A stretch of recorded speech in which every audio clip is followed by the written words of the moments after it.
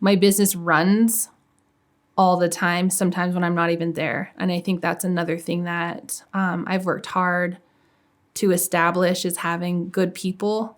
I mean, we say employees because we're business owners, but they're my family. They're the people I lean on when I'm having a hard time. I communicate. I try really hard to openly communicate what's going on. If we're having financial stresses, whatever, for the shop, for myself personally, it's like we can't be shamed out by the hardships in business. We have to be able to openly communicate, when things are rough, because then it helps your staff also understand where you're coming from. They also realize, the things that you're worrying about constantly. And it gets them on board to help, I think, and to buy into what you're doing. Because if you don't have people in your business that buy into what you're doing, I feel like that's the quickest way that you become unsuccessful, is because people are like, well, I don't care if that produce goes bad, I don't care if our soups aren't made on time, or whatever it is that drives your business. You have to have people on board that are behind it too. And so when my staff's having a bad day, or they're whatever, because we're all human and we have bad days, I'm like, why don't you just stay home? Like, we can either just close the shop if we need more people working there, or you just take the day off, reset, refocus, and we'll come back tomorrow better. And I've had to do that for myself even, where I'm like, I can't come in today. I'm having a really hard mental health day or whatever. Do you want to run the shop, or do you want to just close for the day? And that's the beautiful thing about owning your own business, is being able to make those decisions and also ask people in your, on your payroll if they want to also just take a break and slow down. Well, sometimes at lunch hour, we have a line out the door, and usually there's only 3 of us in the kitchen. We have a small kitchen. We couldn't 4 max people back there to operate during a rush hour without us all just banging into each other. Because there's got to be somebody scooping soups. There's got to be somebody making sandwiches. We prep our salads before the day so that, we make our salads fresh every single day. And so we prep those before we even open our doors. That way, that's not a whole extra thing that we're trying to do. So managing people in a food industry business is, I think, the biggest thing is communication. So I probably over communicate just because I don't want, it goes down to the tone of your voice, if I'm running the till and we have a line out the door and my person who's making sandwiches is huffing and breathing hard, and I can tell they're starting to get stressed out, I can just bring over the next order and I can say quietly, hey, we're okay. We're okay. Just breathe. We're all right. We'll get through this day. We'll get through this rush. Let's just get through this next order and don't worry about this line that's out the door. I think communicating that, and we're in an open kitchen. So I have had staff. I've gone through, it's food. So you go through, there's people that work out, and then there's people who are like, no, I don't want to do this with food. And I don't want to be in this open kitchen. And I don't like the pressure and the anxiety of having 15 eyeballs looking at, 16 eyeballs looking at you and watching your every move while you make food. But in that turnover of staff, I have retained, I have girls that come back every summer for student, high schoolers that come back every year because they like the environment and they're learning how to cook, or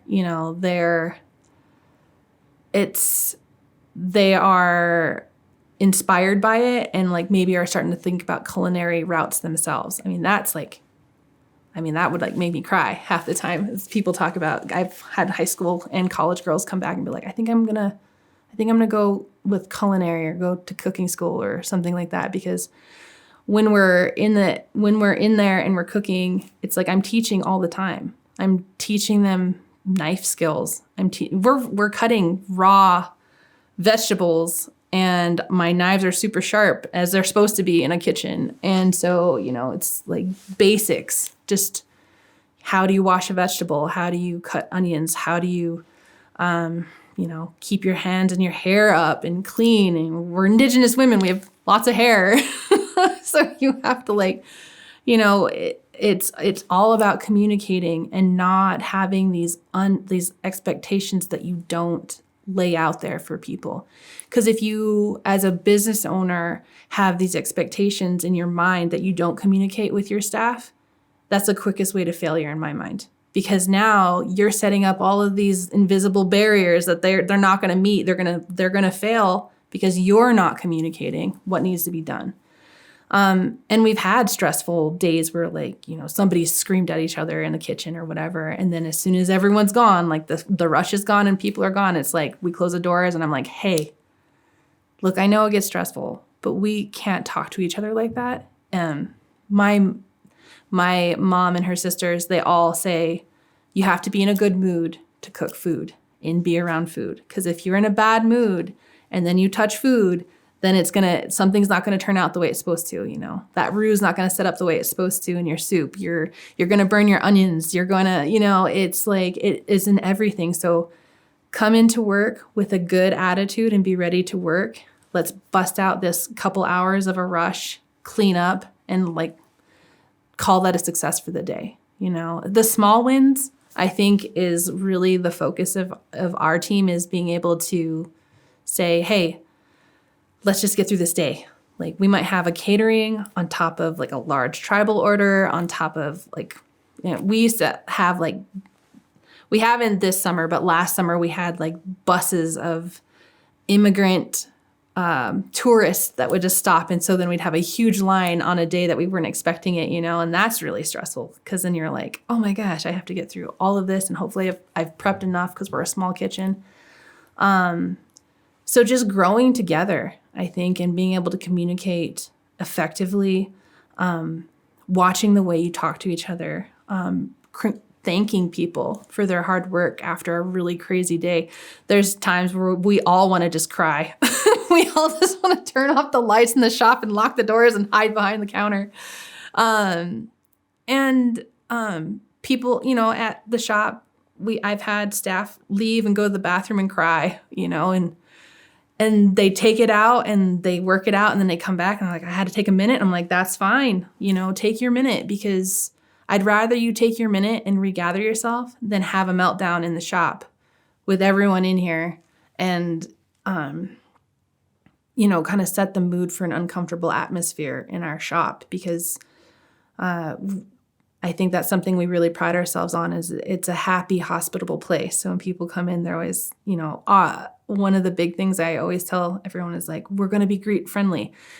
We live on a reservation. We are Native women and men, and we don't always want to greet people. We want to be shy and quiet and not make eye contact. That's a big thing culturally. And so I try to push back on that and say, every person that walks in, we're going to say, good morning. Good morning. How are you? Where are you coming from? Because we're also seeing tourists, not just our locals. And that goes for even people who might have grudges against each other in the community, right? So I have somebody who's working with me in my shop, and then somebody they don't like comes in. They don't get to hold that grudge while they're at work. That's your personal stuff. While we're here, we're going to be hospitable. We're going to be respectful. We're going to get them their food. They're going to go on their way. We're not going to snap our eyes at them and be mean and, because you're in a situation where you don't like that person or whatever. So it's really when you come in the shop, the personal stuff leaves, and we got a mission today to get through. We're going to do that mission, and then we're going to wash our hands of it and start fresh tomorrow. And that's kind of has always been our little regather, our regroup as a staff. And I wouldn't expect anyone in my kitchen to do anything that I haven't done myself. That's just how I lead, and that's how I believe that you should lead.